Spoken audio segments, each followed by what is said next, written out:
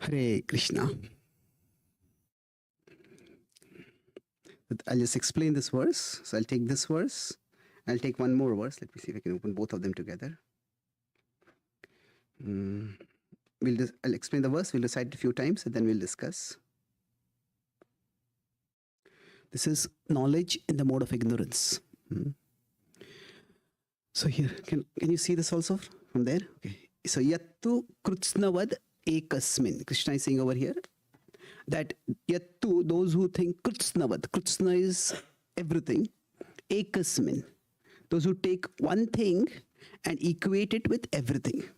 Yattu krutsnavad ekasmin. Can you recite it? So, karye is action. Saktam is attached. Ahaitukam is here, and it's not causeless in the sense of ahaituki bhakti. Here it is ahaitukam in the sense of not considering the full picture, not considering proper cause and effect. Karye saktam ahaitukam.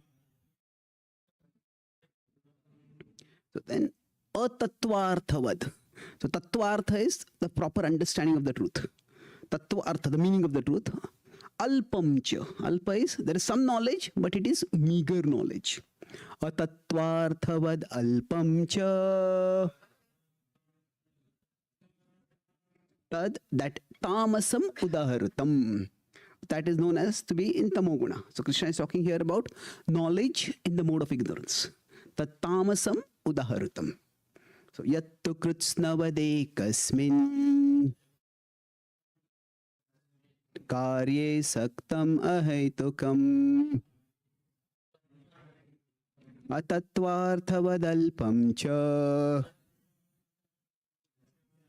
tattamasamudarutam yattu krutsnavade kasmin karye saktam ahaitukam atattvarthavadalpam cha tattamasam udarutam. So let's try to recite it together now. Not responsively, but collectively. Together.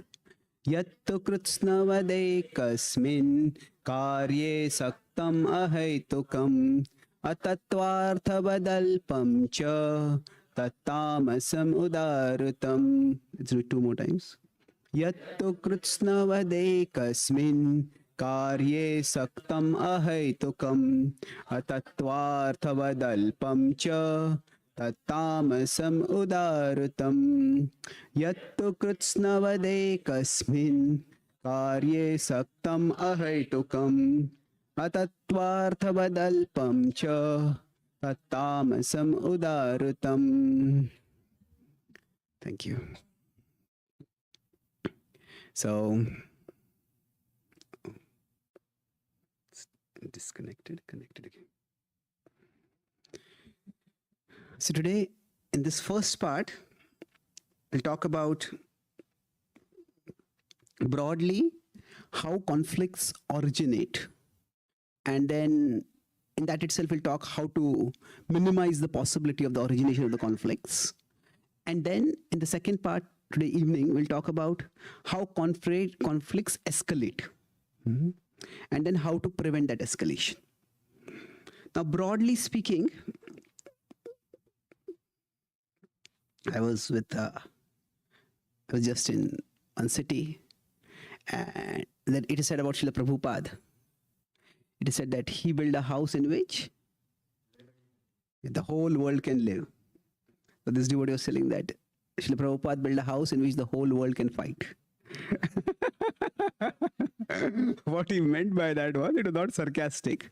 What he was saying is that if somebody comes to spiritual life, they have to have a strong inner compass.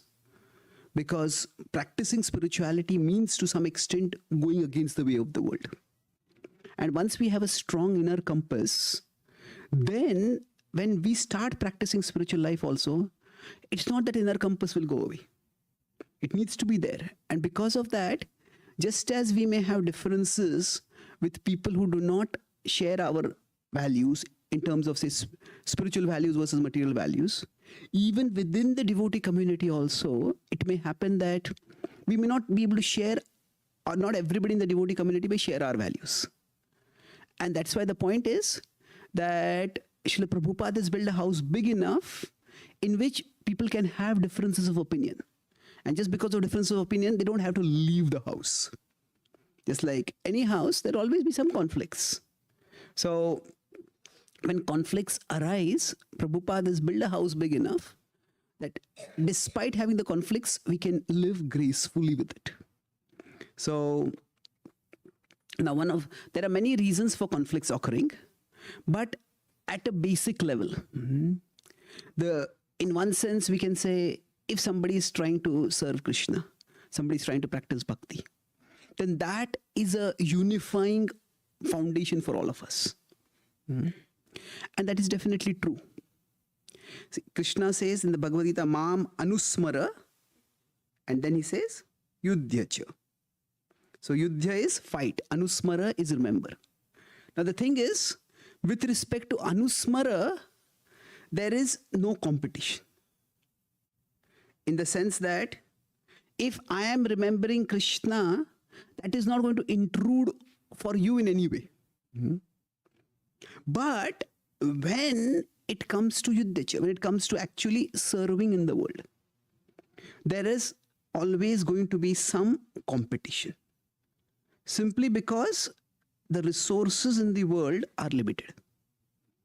There are limited resources. So for example, if we have a program and say 2 people want to cook for the program. Now one person wants to say, let's make halwa as the sweet. Somebody says, no, we make halwa all the time. Let's make jalebi. That's a difference of opinion. Now we neither have the time, nor the finances, nor the bandwidth to actually make both. And we'll have to make one choice. So in terms of remembrance, there will not be differences. In terms of service, there will be differences. So at a basic level, because we are doing service in the material world, there will be some differences. Say if we want to expand outreach, okay, we have a program here. Should we do a program in that area or that area? Now we have only enough resources to go to one place at a time. So then there'll be some differences because of that. So in one sense, these differences are unavoidable. Now when these differences arise, so how do we tackle them? Now some differences could be, say, if there's a program in India, if we have a program, should we do it in English or Hindi? Now we may decide that's based primarily on the speaker knows both languages. Then for the speaker's consideration is primary. The second is, what is the audience preference? Then beyond that, we may decide that, okay, this is the particular demographic we are trying to reach. And then based on that, we may choose a particular language. So now some people may not be happy with that. So the fact is, when we are trying to remember Krishna, there is no conflict. But when we are trying to serve Krishna in this world, there will be differences of opinion. So in one sense, you could say, if this is the Krishna consciousness movement, in this Krishna consciousness movement, we can say that Vrindavan is the place where everyone happily remembers Krishna. So Vrindavan and Kurukshetra both have to exist side by side. So what happens in Kurukshetra? Fighting happens. So it's like we have to be in Vrindavan and Kurukshetra almost at the same time. So, and we want to make sure that all of it doesn't become Kurukshetra.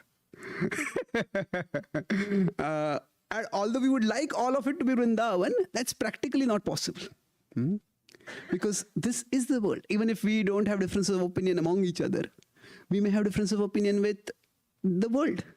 And some amount of conflict is going to come. So this combination of Vrindavan and Kurukshetra is actually seen in the Bhagavad Gita in 9.13 and 9.14. 9.13 is talking about inner remembrance. Mahatmanastu mam partha daivim prakritimashritah bhajantyananya manaso gyatva bhutadim avyayam. So describe these Mahatmas, these great devotees, what do? Bhajanti ananya manaso.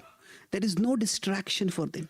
They're just immersed in the remembrance of Krishna. Ananya manaso.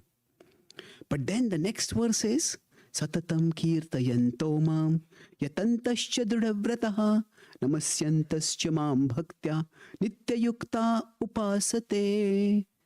So it says Satatam kirtayanto mam. They're always glorifying me. But then yatantascha drudavrata. They have to endeavor. And not just endeavor with great determination. Now, normally for us, when we are trying to be sadhakas, for us our mind wanders here, there and everywhere, and then we have to endeavor to refocus our mind. But Krishna here in 9.13 is describing those people, those great souls whose mind have no impurities. Bhajanti ananya manaso. Their mind is already fixed on Krishna. So there is no struggle in remembering Krishna for them. But then why do they need determination? Still it is said, Itantascha drudavrata. So 9.13 is talking more about the inner remembrance. So for inner remembrance, there may be a struggle, but it's not a struggle against others. It's a struggle with our own mind and senses. But, so they don't need that determination. They're already purified. But what Krishna says is, if we have to glorify him in this world, then yatantascha drudavrataha. One requires determination. So for doing outer service, even if we have great purity, still determination will be required because there will be opposition.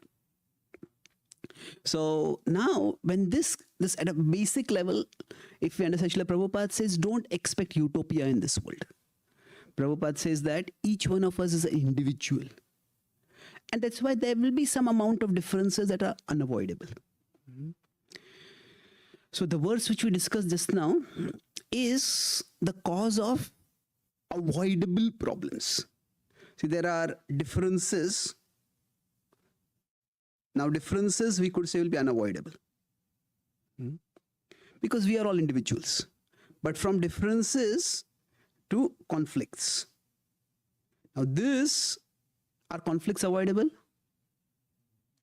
We could say maybe partly avoidable. If there are differences, sometimes we just live and let live. You do this, I'll do this. But sometimes it's just not possible. There's only one thing can be done. So there is some amount of conflicts.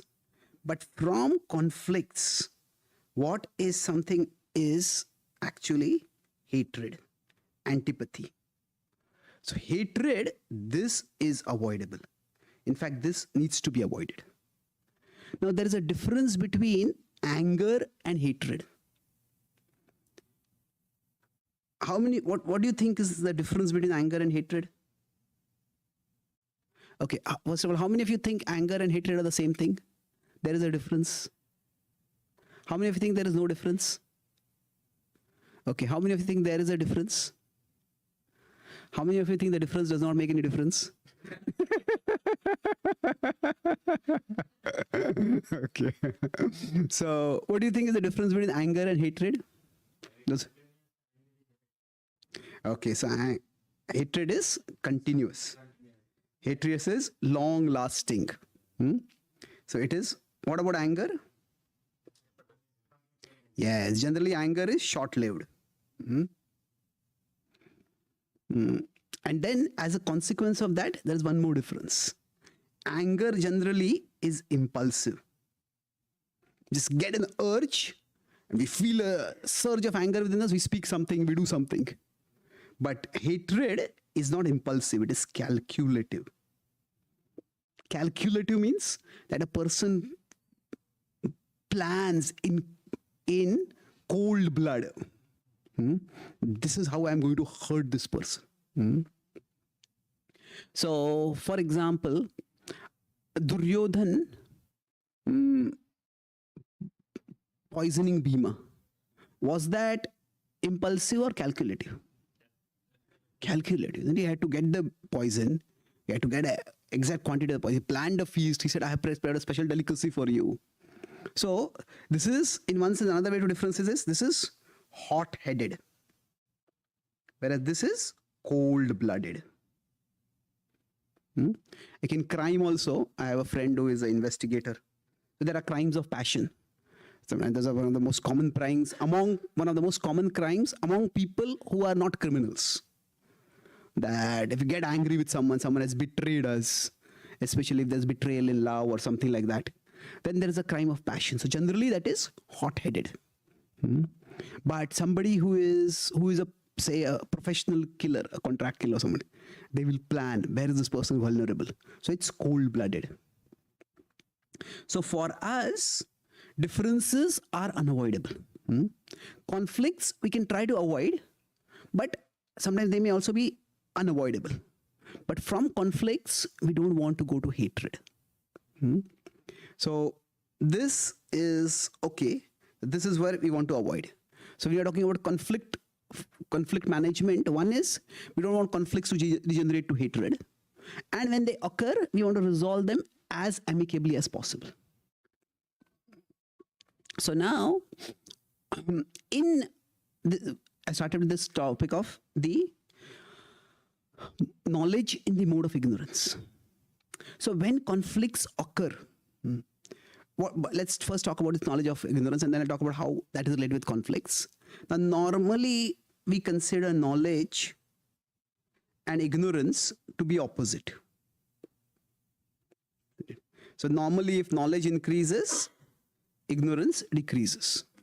So this is opposite. But what does knowledge in the mode of ignorance mean? Now, technically speaking, this knowledge is more referring to perception. Knowledge can refer to, there's knowledge of physics, knowledge of chemistry, knowledge of internet or social media, whatever. That's knowledge. But so knowledge can refer to the body of knowledge, or knowledge can also refer to the information that we're taking in. So Krishna in this particular context is referring to the way we take in information through the karma indriyas. Do we take information through karma indriyas? No, normally we take information through where? The karma indriyas, and what are the other indriyas? Jnana indriyas. So normally we take in information through the jnana indriyas. So normally, if I want to know how much something is heavy, then I'll lift it up and I can, okay, this is not so heavy. This is very heavy. So even from the hands, which are like a karma indriya, from there also we can gain some knowledge.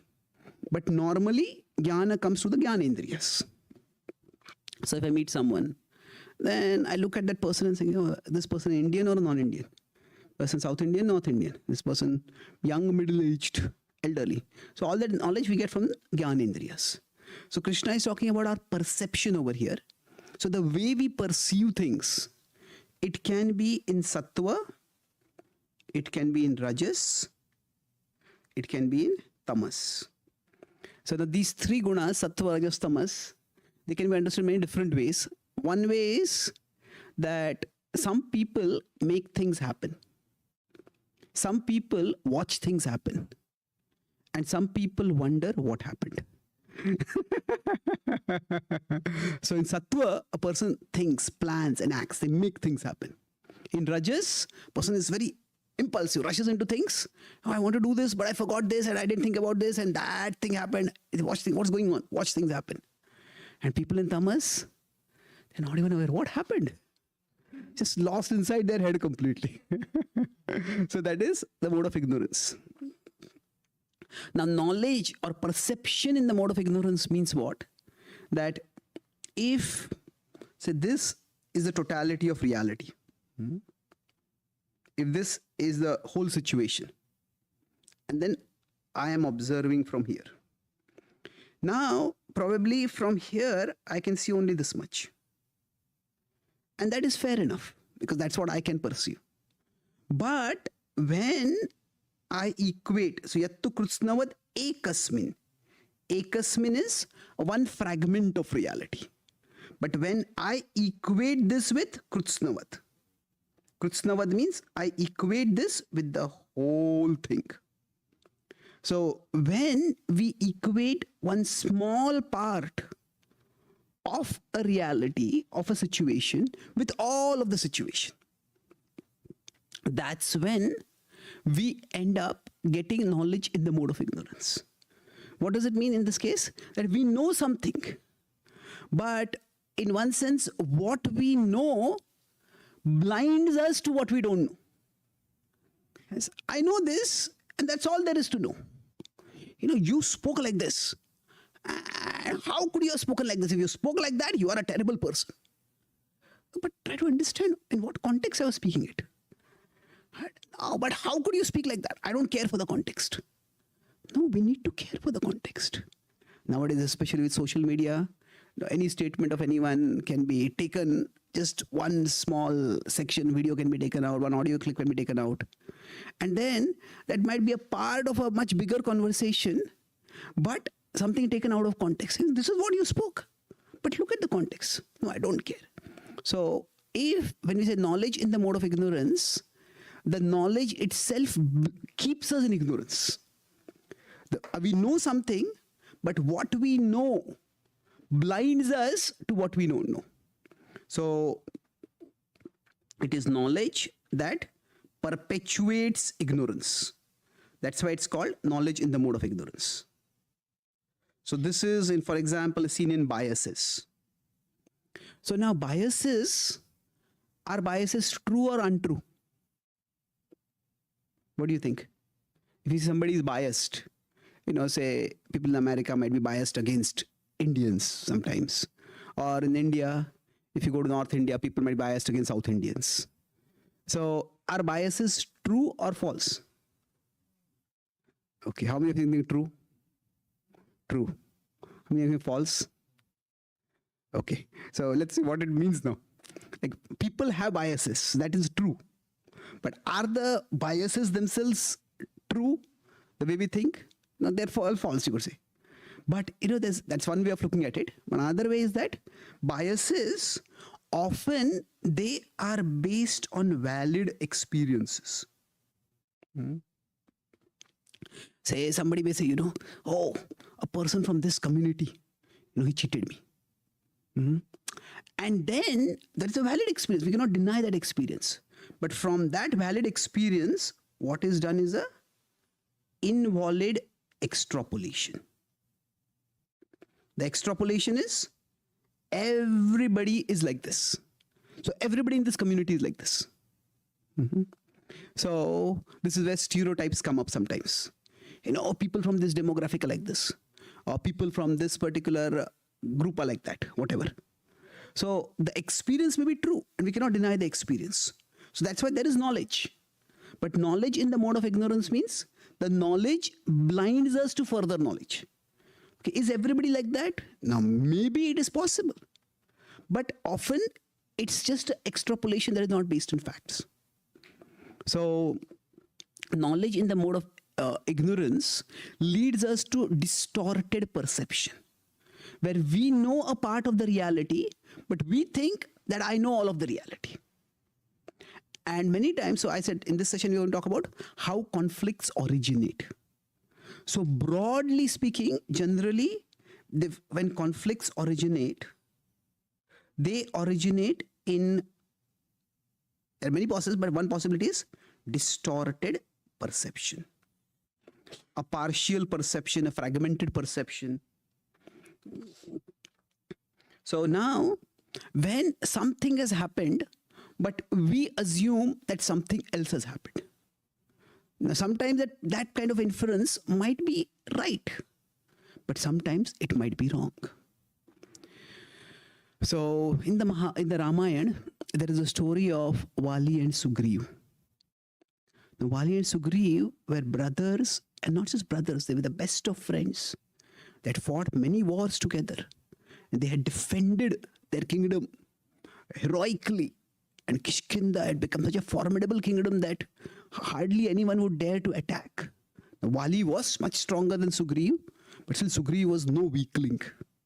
And even Ravan had not dared to intrude in their territory. They were that powerful.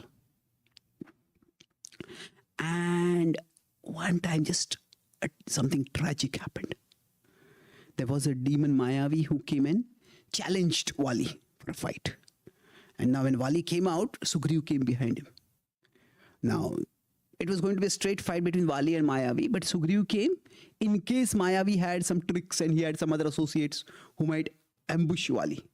But seeing both of them coming, Mayavi got scared and he fled.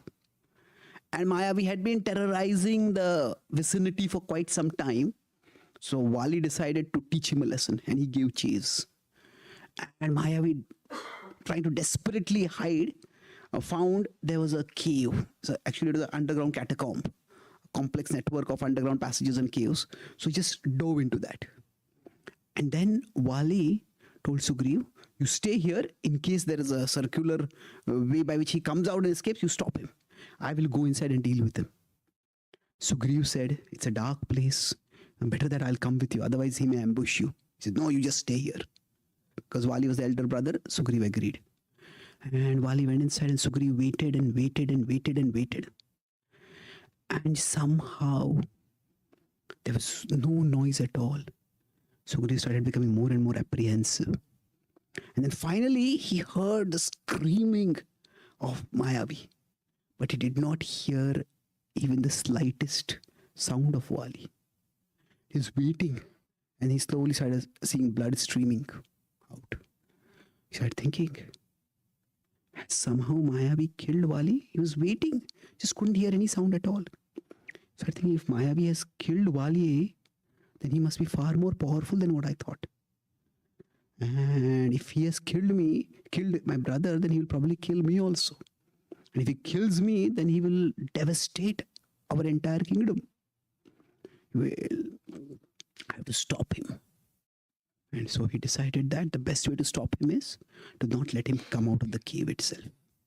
So he found a huge boulder and he pushed it down with great force and exertion that completely covered the entrance of the cave. And then with a heavy heart, he went back to the kingdom. He informed the citizens about the demise of Wali. There was a statewide mourning. And then the courtier said that every kingdom needs a king. And Wali's son Angad is still too young to be a king. So you need to take up the post. And more or less it was understood that he was the right-hand person. So he was a de facto successor. And he, with a heavy heart, reluctantly as a service to his brother, accepted. And one day when he was in court, suddenly he heard some thunderous footsteps coming. And he was taken aback and suddenly he heard some screaming. He thought, could it be? And then suddenly Wali burst into the scene. Wali's eyes were bloodshot red. On seeing Wali alive, Sugriv was delighted. His brother was no longer dead. But before he could express any joy, he saw the sheer rage in the eyes and the face of Wali. And he immediately understood. Wali had suspected that he had been trapped intentionally by Sugriv. Sugriv jumped off his throne and raced forward and came forward to greet and offer his respects to his brother. Wali was so angry, Wali said, raised his fist to beat him. Sugriv was ready to be beaten. He just wanted to get his brother's anger over. But Wali was so angry. Wali had been inside the cave and he had been searching for a long time. And because he had been searching for a long time, he had lost a lot of energy. And that's why normally when he would win, he would be very exultant and he would roar. But this time, just to conserve his energy, he had not roared. And finally, he had finished off Mayavi and had come out. When he came out, he saw that the entrance was completely blocked. And he called out to Sugriv. There was no sound. He said, wondering, has anything happened to Sugriv? Was he killed by someone who trapped me here? And he had to exert himself enormously. He was frustrated because already he had been tired fighting with Mayavi, chasing Mayavi, fighting with Mayavi, and now he had to push against this boulder. With great effort and ingenuity, finally he had pushed the boulder aside and managed to squeeze his way out. And when he came out, he saw there were no signs of any scuffle, any bloodshed. He saw the footsteps of Sugriv just going normally. He started thinking, what happened? The suspicion started coming in his heart. Did Sugriv betray me? Did he want the throne and that's why did he actually try to have me trapped? And then he charged back into the kingdom. And when he saw Sugriv on the throne, his suspicion was confirmed for him. He felt so angry at being betrayed. He started pounding Sugriv. Sugriv was trying to explain, clarify. But Wali was in no mood to listen.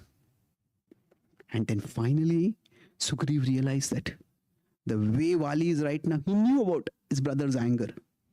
So he decided that, let me just go away. Let me just go away right now. When he cools down, then I'll come back. But unfortunately, Sugriv's running away was seen by Wali as confirmation of his guilt. He was not guilty. Why did he run away? Now, after this, the courtiers and others tried to clarify.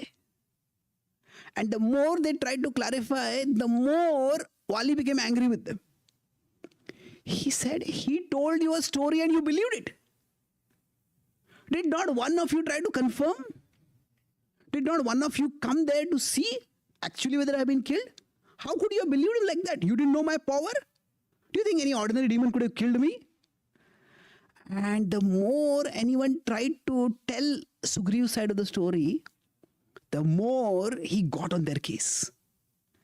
And then afterward, everyone fell silent. Now Sugriv tried to talk with Wali.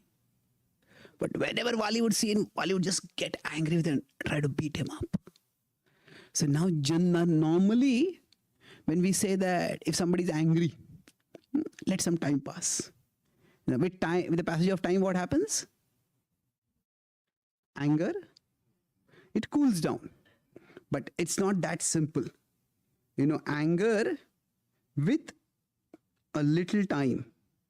It's sometime it becomes cool. But if there's too much time, it becomes cold. It doesn't become cool, it becomes cold. So what that means is, it's like if you have a fracture, then they're told keep your hand in the cast. So some amount of time the hand has to be kept in the cast so that the wound is not aggravated. But if the cast is not removed at all, then the very cast that was meant to protect the hand will cause the hand to atrophy, isn't it? So too much time passing is not healthy. So here, what happened was a classic and tragic example of knowledge in the mode of ignorance. In one sense, both Sugriv and Wali, they made wrong inferences. Sugriv made an inference that Wali had been killed, and Wali made an inference that Sugriv had tried to kill him. So both inferences were mistaken, and both were understandable. And like you say both are understandable misunderstandings. It is fairly understandable that both of them could have thought this way. But the difference was between Sugriv and Wali was that for Sugriv, there was too much at stake to verify. Why? Because if Wali had actually been killed and if he went inside to see and the demon ambushed him over there, he would be killed. Now for Wali, there was not so much risk. Wali was anyway stronger than his brother. Now Wali was already in his kingdom. He had all the resources of the kingdom with him. He could have tried to verify. We have lived together. We have been brothers. We have been friends. What made you betray me like this? How could you have done like this? So unfortunately, Wali just did not give Sugriv a chance to tell his side of the story. So that's why what we know can blind us to what we don't know. And when this happens, that's when conflicts escalate. So sometimes, differences of opinion and misunderstandings because of that. So the differences of opinion are one thing, misunderstandings is another thing. But they all sometimes are just unavoidable. Differences of opinion may be just because of individuality. Misunderstandings may just be because of circumstances. So when conflicts arise, conflicts can be differences of opinion. We just see things differently. But then there are misunderstandings. So there's a difference between misunderstanding and difference of opinion. Difference of opinion is basically just perceive things in two different ways. Now, when we say we want to build a temple, now some people may say that we want to build a grand temple so that anybody who comes in, they will just be wowed by it. Just this will become a tourist. It'll come on the tourist map of the city, and then automatically it'll attract people. Somebody else may say, if we build a huge temple, that will require so much financial anxiety. And instead of the temple being a spiritual place where we can focus on spirituality, the temple will cause us to be all money conscious instead of Krishna conscious. So now both could be right. These are just two different ways of looking at things. So the point here is that differences of opinion are different from misunderstandings. So now, basically, in one sense, conflicts are just, you could say they are a part of life. It's part of the course. It's a part of life. It's a part of, so one is because of perceptions. Two people just perceive things differently. The second is because of approaches. Two people have different approaches to doing things. And the third is, which is what we'll discuss in the evening class, that is results. Sometimes we do something and one thing works and another thing doesn't work. And then that becomes clear that this is a different, this is the approach we should adopt and this is the approach we should not adopt. So right now we are focusing today on these two things. That when differences come, they could be because of perceptions, and then perceptions, the way to deal with it is through communication. So what happens is that we often talk about others instead of talking with others. Talking about others, actually, it's the other way. This is not what we should do. This is what we should do. But, this person did like this and this person did like that. This person did like that. And if Vali and Sugriva had just talked with each other, the issue could have, at least some amount of understanding could have come up. So if the perception itself is wrong, then it's so vital to be able to talk. So to talk, and sometimes the approaches might be different. The approaches means two people may just have two different priorities. So two people may have different priorities, that's fine. They have different ways of prioritizing things, working on things. And there is no, in Krishna consciousness, it is, we want harmony.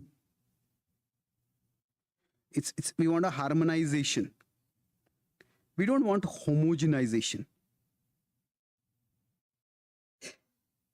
What is homogenization? Like everyone is a Xerox copy of everyone else. It's not that every devotee is a clone of every other devotee. In fact, I was reading a Christian book on the existence of God. And there was an interesting example given. They said that actually by the arrangement of God, everything is distinct and individual. He says every particle of sand is individual. Every shell is individual. Every leaf is individual. Every petal of a rose is individual. And every Hare Krishna monk is an individual. That's what they had put over there.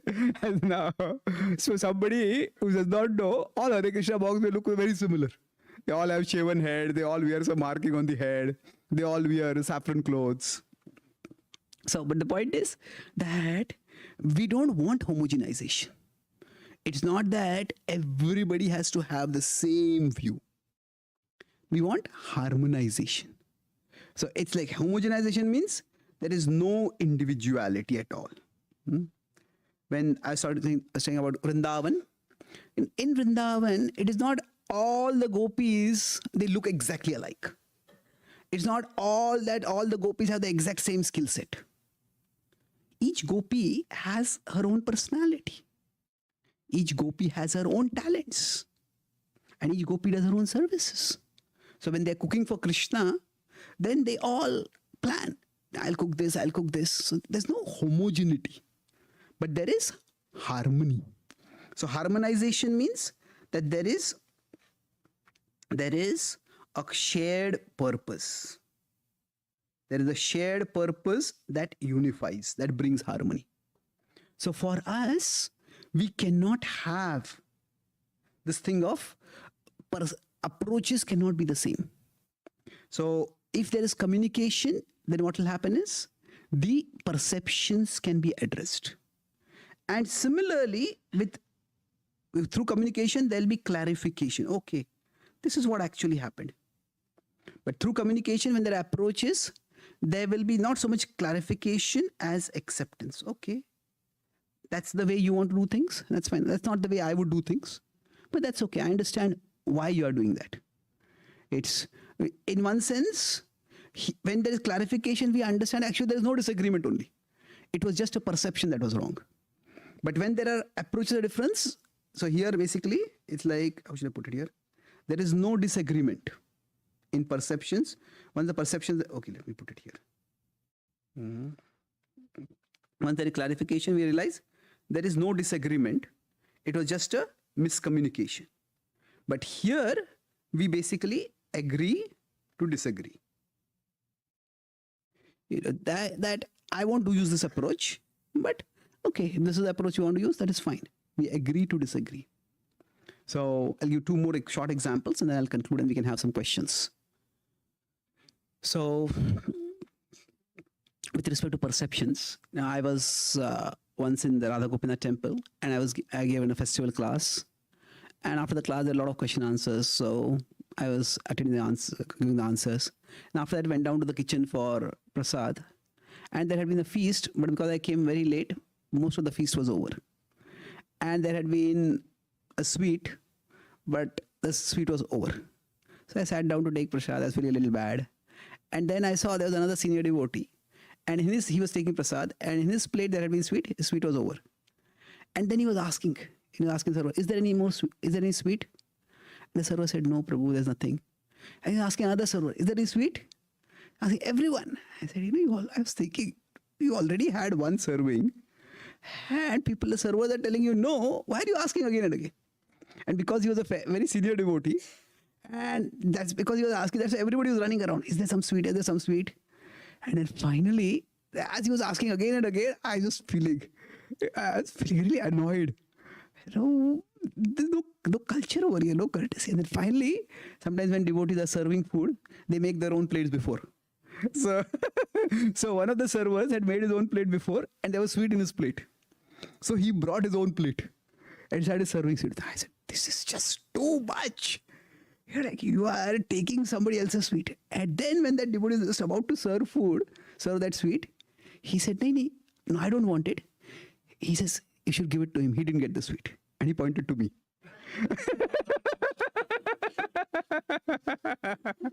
So now, if that last part had not happened, I would have gone for probably the rest of my life thinking, this devotee is so uncontrolled in the senses. So now, again, this is a completely understandable misunderstanding, isn't it? So I pursued certain things and I made an inference from that. But this is where our perception can lead us to inferences which may not be right. I was in Rishikesh just one month or so ago. So Rishikesh is the world's yoga capital. But nowadays it has also become a tourist destination. People go there for bungee jumping and canoeing and other things like that. So, if somebody goes up the Himalayas and jumps down, we say this is quite dangerous, isn't it? But we may not want to do that kind of dangerous jumping, But we all do an even more dangerous jumping. That is jumping to conclusions. So we see certain things, and based on that, we jump to conclusions. So that is, rather than jumping to conclusions, okay, just try to clarify. Just try to communicate and gain some clarification. So where conflicts arise simply from fragmented perceptions, then it's something which can very easily be avoided. Generally, now sometimes I play the role of a mediator. So there's one side of the story, and then there's always the other side of the story, and then there is the story. So neither side has the actual story. The story is actually something third only. So communication is extremely important. Communication for clarification. And then second is with respect to approaches. This is a huge subject, but I'll just give us some simple points over here. That different devotees, even while serving Krishna, may prioritize different things. I do some online outreach. I have a couple of websites. So people ask me questions over there. There's one devotee who had joined and who had connected with me, and I told that devotee, you can go to the local temple. And then I had done a retreat, and he had come for that retreat. So he was telling me, I asked him, so are you connected locally? He said, it's a big mess over there. I said, really, what happened? He said, there are two groups of devotees, and both of them are congregation. There's no center over there. So one group, he said that they, on the weekends when they meet, they do Mangalarti at 4:30 in the morning. And the other group does Mangalarti at 5 o'clock. And the first group, when I went, they said, Prabhupada said Mangalarti means 4:30. If you are doing 5 o'clock, you are deviating from Prabhupada. It is not Mangalarti, it is Amangalarti. Krishna is not going to accept that arti. Now, who can, this is such a huge extrapolation, isn't it? Okay, there can be many different factors. Maybe you are in a neighborhood where there is a lot of noise. In Radha Gopinath temple, where the temple is right in the middle of the city. So we used to have Mangalarti at 4:30, and within a month of starting the temple, within a year, we had like 25 court cases from all the neighbors. So now we have Mangalarti at 5 o'clock over there. We have got like thick doors and close the doors. But in the circumstances, so sometimes what happens is yattu kritsnavad ekasmin karye saktam ahetukam. Take one thing and make it the most important thing. And if somebody is not doing this, then that person is a deviant. That person is somebody who is unfaithful. And this is where fanaticism comes in. We may think of fanatical or radical people as somebody who takes a gun and shoots others. Well, yes, that's one kind of fanaticism. But just like there can be a loaded gun from which you can shoot bullets. Now, our tongue is also like a loaded gun. And from that we can shoot bullet-like words. So essentially, what is fanaticism? Fanaticism is the idea that what works for me, that is the only thing that can work for anyone. That which helps me feel close to Krishna. That is the only thing by which anyone else can feel close to Krishna. So for example, if somebody fasts on Ekadashi without taking any water, so Nirjal they fast, and they feel, yes, I'm doing some tapasya, I'm doing some sacrifice, I'm praying and I'm remembering Krishna at that time. That's wonderful, if that's how they feel close to Krishna.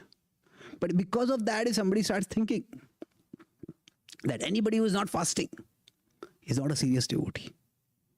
In our temple, we had two groups. There was it was a joke. There's the Nirjal group and there's the Nirlajja group.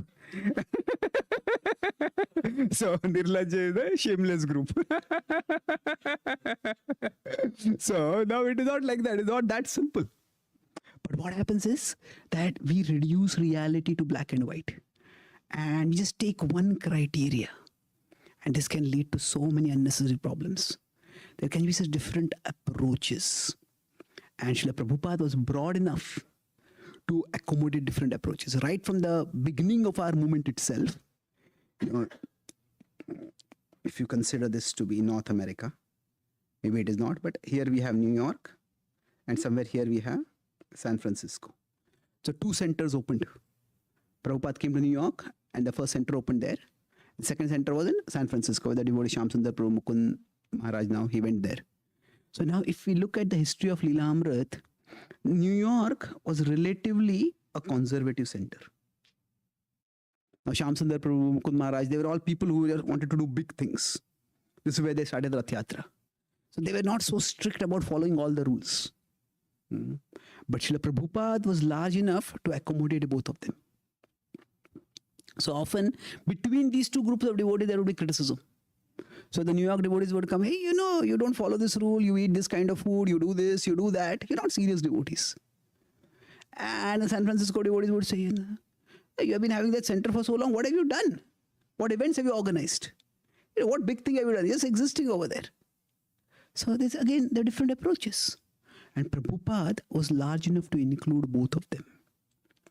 So this actually, now conservative and liberal are just example of 2 different approaches. But the principle is that there can always be different approaches. And if we understand that just because a person has a different approach does not mean that that person is a bad person. So there'll be some conflict. But if there's communication, okay, that's how you think. That's what you prioritize. Fair enough. That's not what I will do. But you can serve in this way. I will serve in this way. So when we talk about cooperate, we can cooperate or we can cooperate. Cooperate means you operate here, I'll operate here. So it's like we agree to disagree. So this understanding can help us minimize conflicts. And at least when conflicts originate, we won't escalate them to the level of constant criticism or antipathy, or certainly not hatred.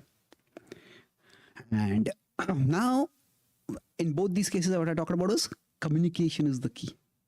So that communication is what I'll talk in the evening session today. How can we communicate in a way that is sensitive? So I'll summarize what we discussed today. Our topic was on conflict, not so much resolution or conflict management. This is part 1. So first point, I talked about how conflicts are unavoidable. Because at one level, bhakti has remembrance and we have service. So remembrance, there is no competition over there. No conflict. I can remember, but with respect to service, conflicts are almost unavoidable. That's why. Now why? Because there are limited resources. There are only one thing or 2 among 2 things that we can do. So it's like the remembrance is the mood of Vrindavan. The service sometimes may require the mood of Kurukshetra. So now what we want to do is we want to ensure that within our community, both Vrindavan or within our movement at Braj, Vrindavan and Kurukshetra both go together. And then we talk about the origin of conflicts. So origin of conflicts can come broadly from knowledge in the mode of ignorance. So what happens is we take, this is my knowledge, but apart from that, all this is not only I'm in ignorance, but I stay in ignorance. My very knowledge blinds me. What I know blinds me to what I don't know. This is knowledge in the mode of ignorance, what Krishna talks about 18.22. This is what also leads to fanaticism. So this is how biases occur. So we talked about how the story of Vali and Sugriv, how there was a tragic misunderstanding. The misunderstanding was understandable. But from there, what happened was something very unfortunate. So we talked about, lastly, that when conflicts occur, conflicts can occur because of differences of opinion. Conflicts can occur because of misunderstandings. Now, when misunderstandings occur, or difference of opinion, when conflicts occur, from there, they can go down towards hatred. And this is what we want to prevent. So how do we prevent this? So we talked about broadly 3 causes. PAR. It's par for the course. What is P? Perceptions. So perceptions, both of these for their communication is the solution. By communication, we can have clarification. So that there's no conflict at all.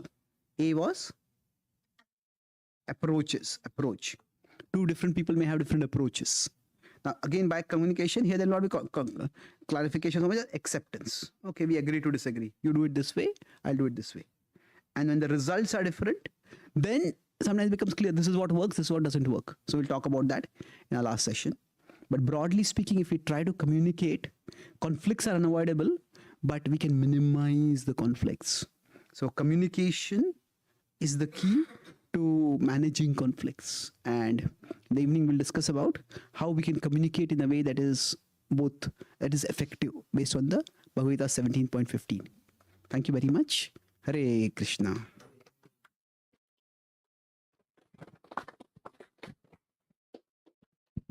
Let us pray to Krishna.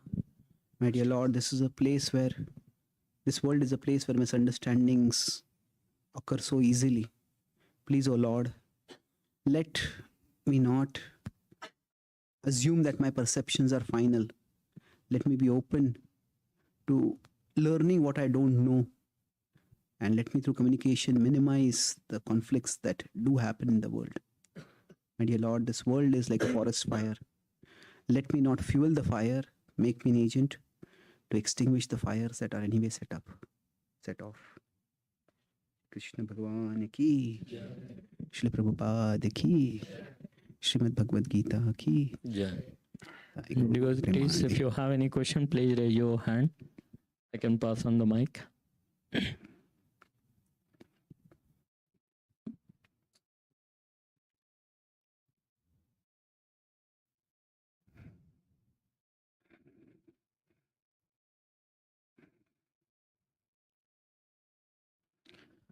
Prabhu, I have a question. Yeah. Hare Krishna.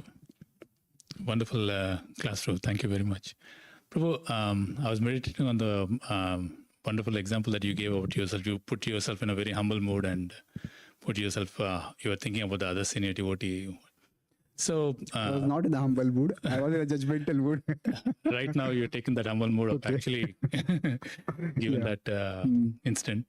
So, Prabhu, if that didn't close, it's very natural for all of us to actually think that way, that, hey, why is he doing like that?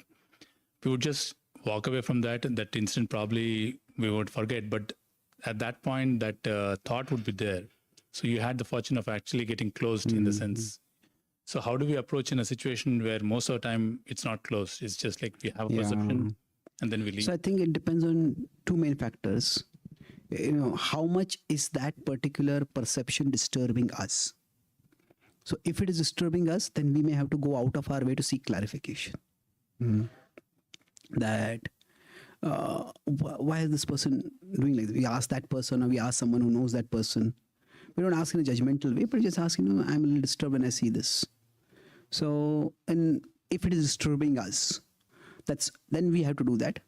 Or if it is something which is like a serious wrong, then we may have to, it may be more like a obligation for us, a responsibility for us to report about it or inquire about it, so that we can get clarification. So basically it's like our guna karma. Often, now the word guna karma can be understood in different ways, but guna can be understood to be our disposition, and karma leads to our position. So now if, say, we see somebody, from the kitchen sneaking away Mahaprasad, then we say, why are they taking it? Why are they taking it? Are they going to consume it themselves? We might have some question. But say if we are Mahaprasadam in charge, then it's not just, it's our position. We have to ask about it. We have to ask it politely still. So in general, it depends on those 2 factors, whether we need to go out of our way to seek clarification. Okay. Thank you. Yes, Prabhu? Yeah, Prabhu. So Vali and Sugriva, you gave an example.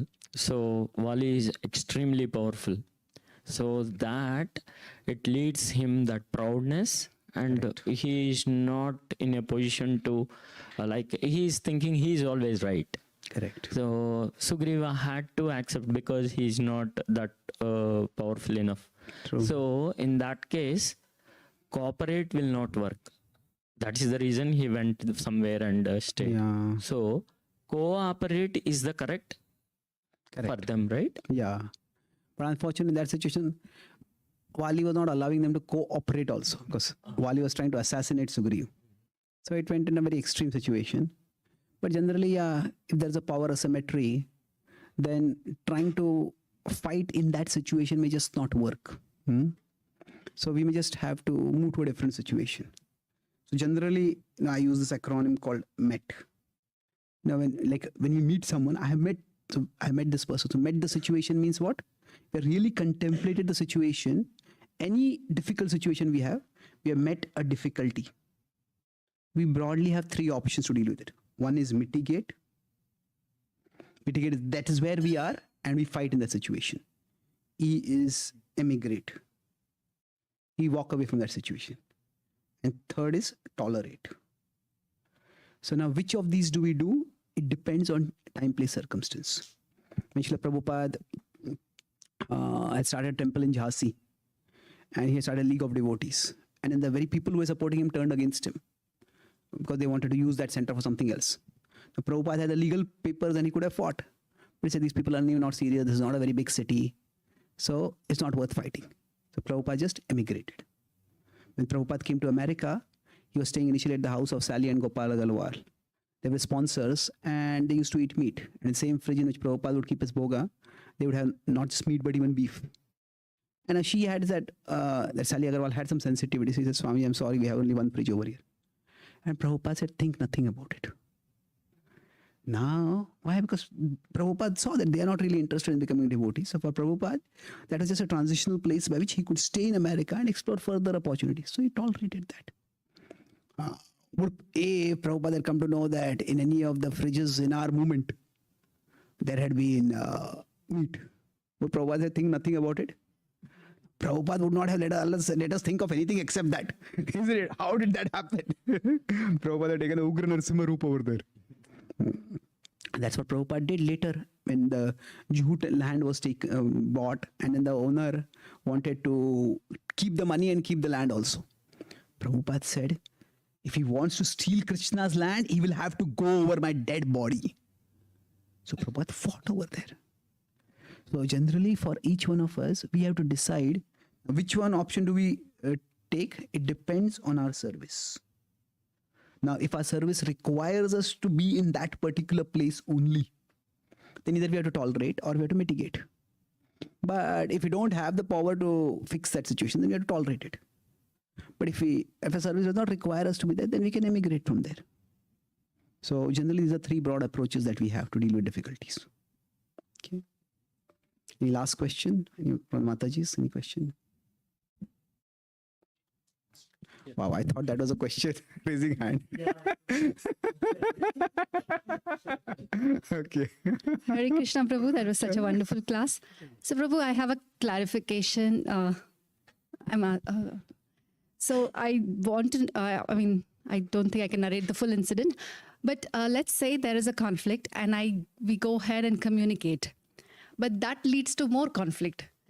And, that person is like now, because you have shared some information during the communication, now they are using it against you.